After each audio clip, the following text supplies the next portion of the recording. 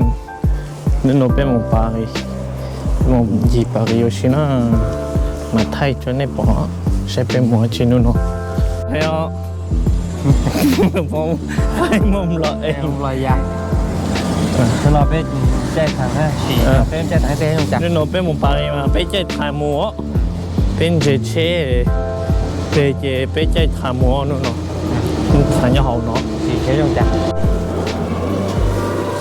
cho hơi theo ta tập đi bài á cái chuyện tất tội vô cho tí thả nó tí thả nó nữa cái thả chân ra nữa cho tí chân nó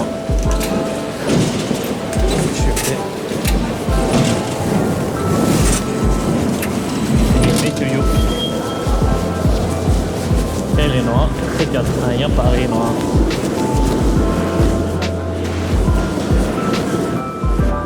trên nó dễ sai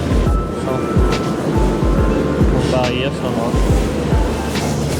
bây giờ rẻ hậu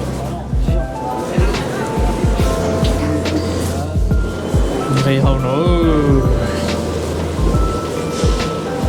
cái trò nữa có chơi trò thằng nó ít bị lút thằng lo về nó bên gì một số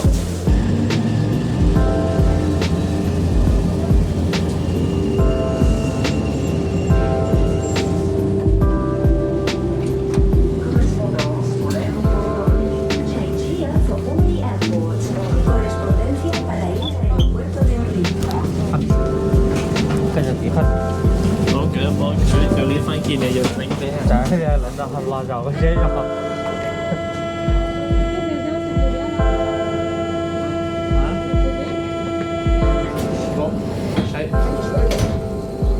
thằng lô cái mù lô một bao nhiêu cái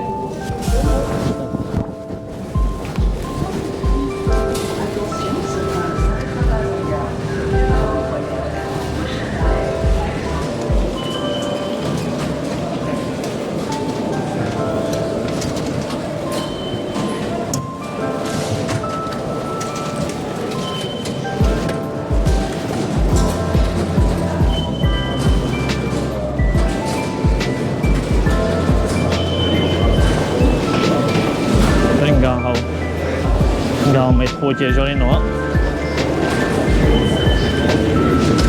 tại nó mong lo pi bao chơi thằng Paris vậy muốn tư có vậy nó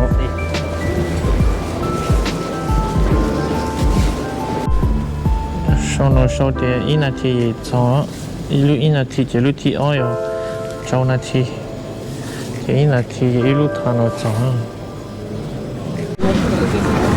cái chơi chơi luôn cái chơi xoan này bao giờ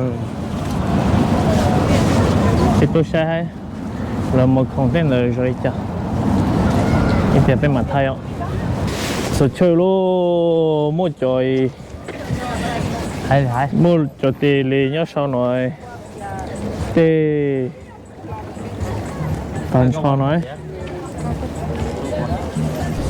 nó bên cái luôn nó sẽ hay rồi chàng nhá hậu á một khổng xí quá chị này rồi chơi croissant cho nấu ấy cho ba rồi chơi nó cái sai cho chén nữa Comme ça va être une couture très dense. J'ai tué un tiers dans le dégueu. J'ai ça, dans vos mains, c'est ça. Très légèrement. Sinon, je vois 45. Oui. Et toutes les pièces détachées disponibles. Là, mon sort ici. Avec ça, moi de soya. Et puis ça me fera du lait. Ça va durer longtemps les soya. Tiens, non, c'est vrai que. Cho pan cho nó rồi bao khai cho pan cho nó rong câu hay không? ta rong một thế chỉ lúc hay lúc nọ lên này biết cho mình chinh ngay nữa bây giờ lúc nọ mà có từ giờ lúc cho nó trẻ bé tôi tiếng lên lên là pizza ấy cho nó là pizza hay chả hay chứ hay tôi cho nó cho nó vậy bố bố gì nữa chế hay cười á rồi nào mà lên John như lên đầu số hãy cho chế nó nhá đi lúc chế nó hãy sửa ô gì hãy cho con nhá cho chế nó nhá nhá cho chế nó hãy chế là cô sáng này cho canapé dầu nó á cho trông tên nó ô cho trông nó giống gạo kiểu heo không có trông nó giống gạo heo cho trong tới rồi cho tên nó gì giống nhau hết thế nó là bé nó rõ rồi soi sầu nữa nó dầu tao à có một xí à Il est trop cher, mais il est trop bien. trong tới giống gió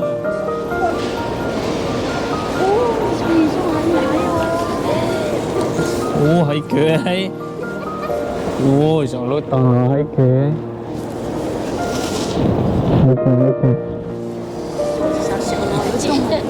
mà hay cười hả mà từng hay cười hả nó chia hả nó sao bao nhiêu ủa Bây giờ nó có bỏ.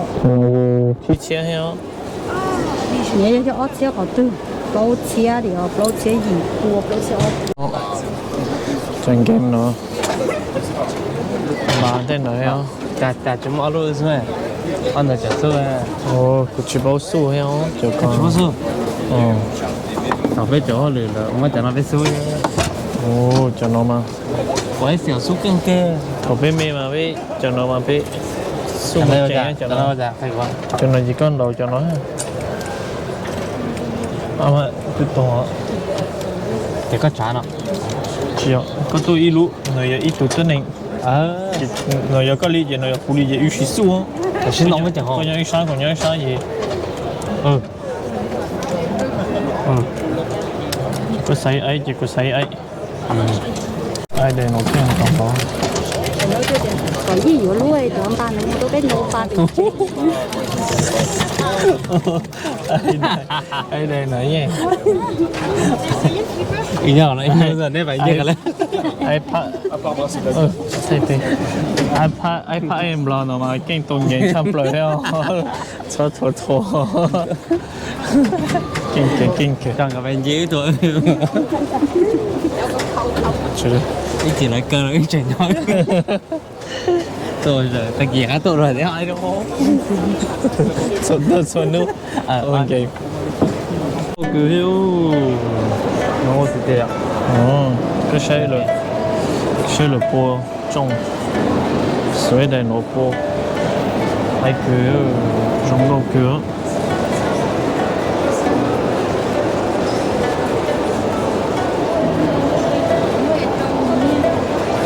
mi ô bây giờ mì luôn chế nhóc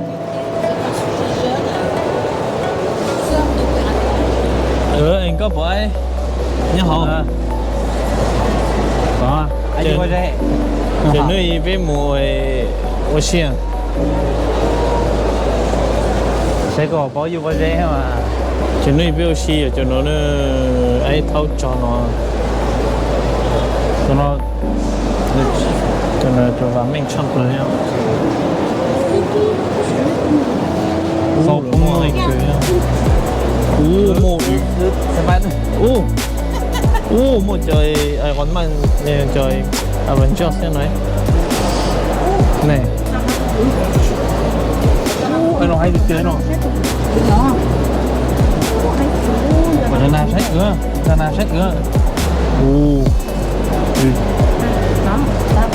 Vì nói mà cho tao nói cho tao vô mà hãy chăm pleu cho nó mà hãy hiểu hãy có một gì nó nói gì cho spa cho nó vô đi ở là không có chỉ có sắp ban hôm nay đi ở cho nó nhiều spa thấy một chân.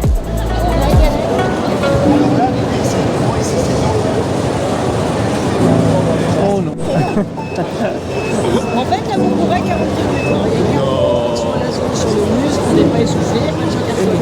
Alors là, par contre, si vous remontez, regardez, donc on fléchit, bien vers l'arrière. Voilà. Chỉ lúc cho nó. Anh chỉ lúc cho nó. Chẳng phải chứ.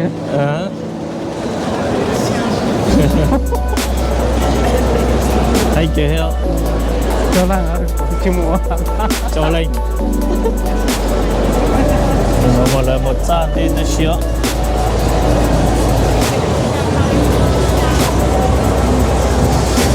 Nhớ về là một cho ha, là một phát biểu ha, là một khâu nữa ha, là một sơ, một ná,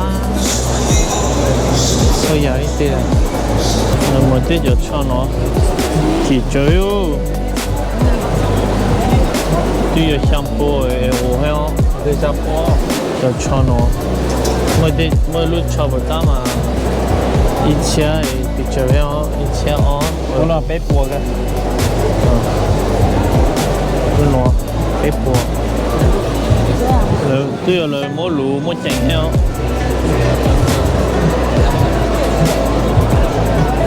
chơi giờ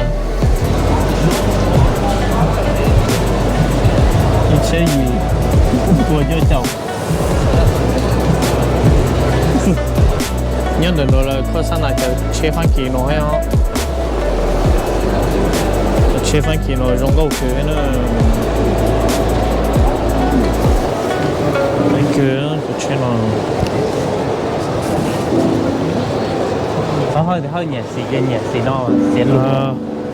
nó xì xì nó mà hay cửa hay không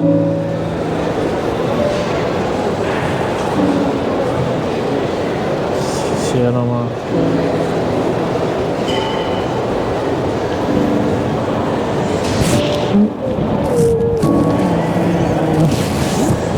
km xuống rồi.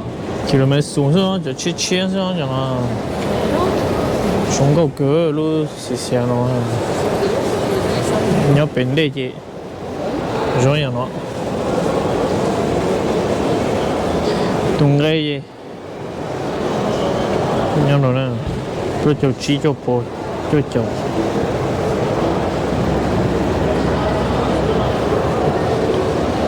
我就切nó chế lên lên chơi nó rồi đánh chế chụp cái sai heo rồi nó mấy lúc chế chơi gì giờ hay cười luôn nó lúc này chơi nhiều gì hay cười này chơi mấy tụi bì nhá nó Của cái tới rồi. tổ có tới sao nữa nó nó tụi bên đi tổ có tới cái tụi trả bên đi nó còn nhiều yêu xin là gì hay nhau trong bê la trong bê la Đây cái bùa khác canapé. nó cho xin nó khó cho lòng mồ Allô, Vera. ăn gì Ngồi trong nó mua quá vậy. rồi im mồ khó khó ăn cỡ một đâu giờ gì đấy cho nó Ça pique un peu. Hein. chị Merci. cho nó chị wasabi cho nó như sẵn Chẳng biết là ưu thế rồi cả.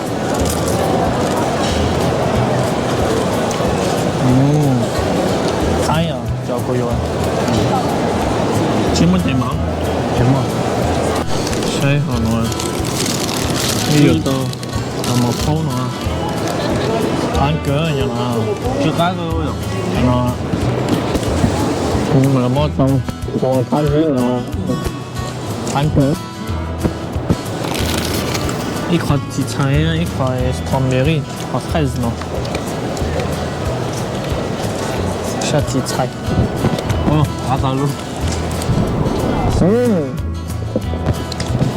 chỉ trái sao trái không lấy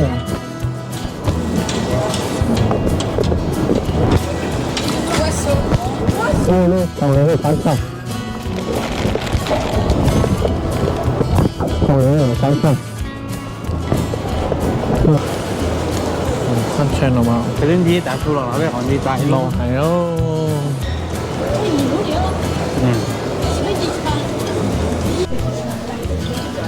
Chắc còn một trong đó kiểu là mới chụp cái gì nói trong đó. Một số xí đấy nhá. Cái gì nó là thì chất gì rồi tôi trong đó kiểu.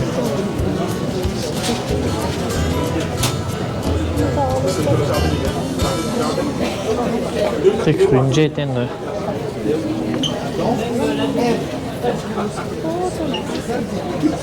Cho nó rung đầu kia rồi nó. Cái chơi nó chỉ biết tông càng cho nó ở cổ số chế heo cho nó. không biết hả Cho nó chỉ ở số tới cho họ kia. Có nhiều lúc chế số heo. có một chú cho có chú nó chế số. chi phá Cho nó mà chi phá xa bố wow chi phá cho nó dễ sinh động á. Cho nó dễ du khí. có tài đó Nhiều trâu tay hậu dễ, nhiều chó mất cỡ. Cho nó sinh tiền cho động. bao trẻ Chính cho bao chế, chả bao nữa. Nhà hậu nó dễ tới sâu chế không. Cho cha nó mà to đi to. Phi chép lại về muốn chơi món nào luôn nên nó cho sao tan chơi mua món nào luôn. Mua chơi chơi mua món nào. tàu lúc cơ rồi Đâu lúc kia không? Thì xem nó mở luôn, bên nó mở họ kia. Cho nó cho kia họ có phá hay à? không có cơ Đúng. Nó mà có cho chơi biển thế nên mua rong mua xíu biển. Để nó cho khổng nó nha nó.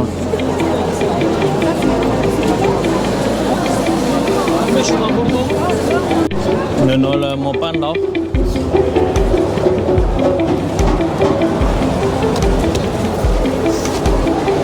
Mới chọn ban đấu nó. Ban đấu ok. Cho nó giống đâu.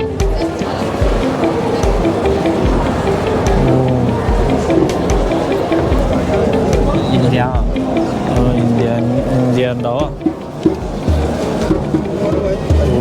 Chọn đầu nha nó này. Một tụ khe heo. Để chén tắt thôi. Là một trận game rồi heo. Xóa. Cho nó có chippo vậy á. Cho nó có chippo heo. nghĩa là cái chuyện có chuyện Giờ kìa. anh ở Việt Nam Nó chơi nhiều lắm.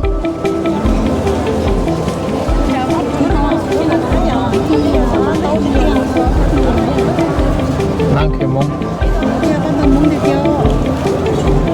giờ lâu lắm rồi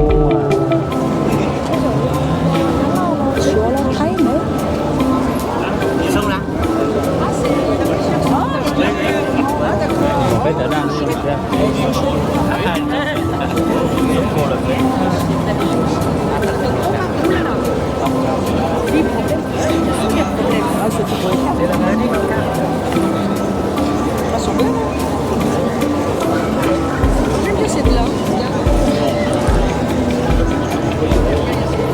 Nó sôi cho tôi nó ơi. Cho lúc pha nó bỏ. Lúc pha. Lúc tôi nó pha. Sôi. Cái gì đấy nó. Tôi nó hay cười.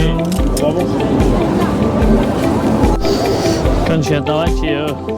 rồi tí cả muốn đâu Là gì biết không? Đó. đó Ada. Nade. Chura. Hay cười hay. Ô, lúc nào giờ tao giờ ủng hộ nha. Đến lỗi chào là cho lỗi ơi kinh. Vậy trắng ơi, trắng mưa. Makan. Đây nó chắc cả sung nó. Aku ai tahu kau dia yo.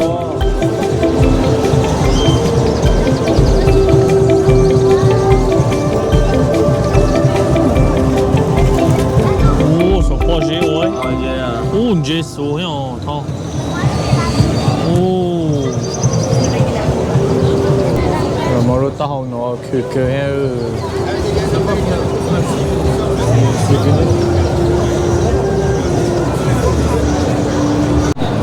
Đấy, cho nó khi khá nhiều món chữ. Sao phải thích chơi người dân kia rồi nó.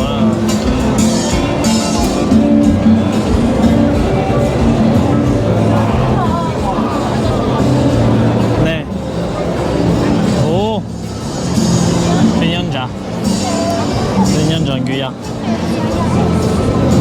Lúc nào, này thế nào? Rồi, các bạn nông. À. Chờ nó chết chỉnh luôn. Nên là bây giờ đầu đôi nhau tết thời người dân. Dễ xảy. Này nè. Anh phải đấy. Dễ xảy nhân trả khăn rồi sao? Nói nè.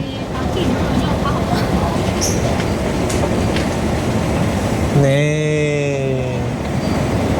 Còn dễ xảy tía. Tôi chỉnh dễ xảy xem nha. Nè. Dễ xảy nhấp về.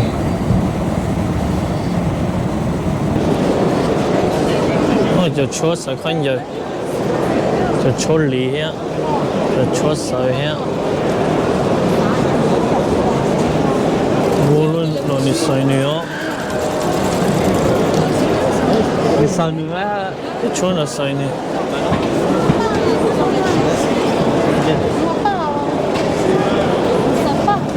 Đã say. Đúng rồi, sẽ đó sầu đi chiều. Ô, nó mỏi.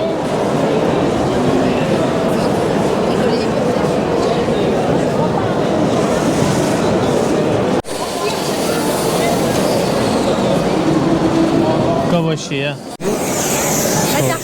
Après la serpillière, voilà. Số tao ấy à heo. Le principe de l'appareil, je mets l'aspirateur en haut. J'appuie sur la gâchette et là, en fait, ça fait les deux. Ça inspire et ça lave. J'aspire, je lave et je sèche en même temps. En fait, plus qu'un seul passage à la maison. Je passe mon aspirateur, je nettoie le sol et c'est sec. Le ménage est terminé. Tout le monde peut marcher derrière, c'est dans votre main. Nếu muốn chơi cái này rồi. Ô tai. C'est froid. Muốn chơi cái này rồi ngủ ta thứ xe. Bây giờ tao soi giá cho nó. Cho nên mua. Thì mua chop lại á. Là ici, vous voyez, les taches de gras. Uniquement avec de la vapeur, c'est très compliqué à enlever. À ce moment-là, on appuie sur. Et là, par contre, on Nên là lúc sau. le savon va diluer la tâche, il va dissoudre le drap. Vous voyez. Et l'aspirateur fait son travail, il va récupérer. Ah, mais quoi tu as?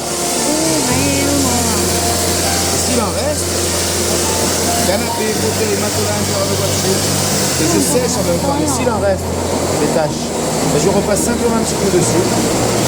Et là, c'est propre.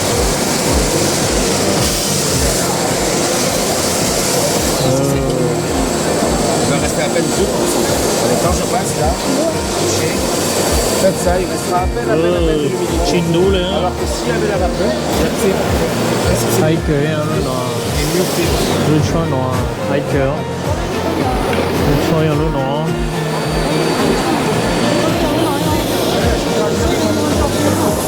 Les rails de fenêtre. Nè cho tao cho ya. Cái gì? Nhiều. Si on veut nettoyer à l'intérieur, En gros c'est mà.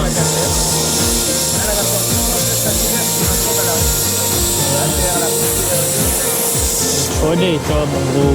Tan cho cho nó. lúc cho nó lấy tao khoan giờ hết nè con gió nó gì S'il y a des t-shirts avec autocollant, lấy tao khoan on giờ va directement mettre le fer dessus. On va repasser tout ce qui est autocollant à l'endroit. Autocollant comme ça, on repasse directement dessus. Voilà. Plus la peine de retourner.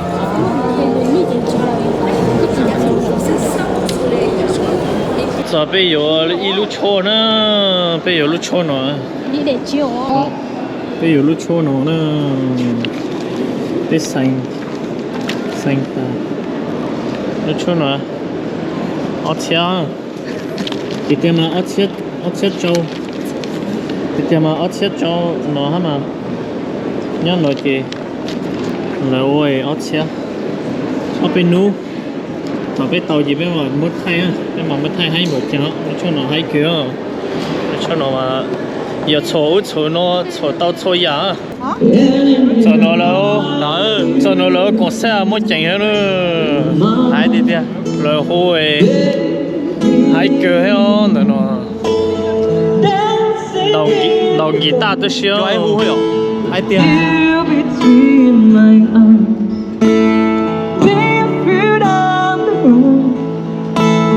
Listening to our favorite song. When you said you loved me, I whisper underneath my breath that you're hiding, darling, you look perfect today. Tại sao nói mùa in gì chỉ ta mà, in mùa đi chơi gì. Bây giờ một khẩu chia gì giờ nên nhà thế gì nên phá lại học ai á subscribe hết nữa phá lại subscribe bắt đầu bây giờ bên mà thay gì đó bên mà share bên mà thay nhỏ chỉ sau đi nó sao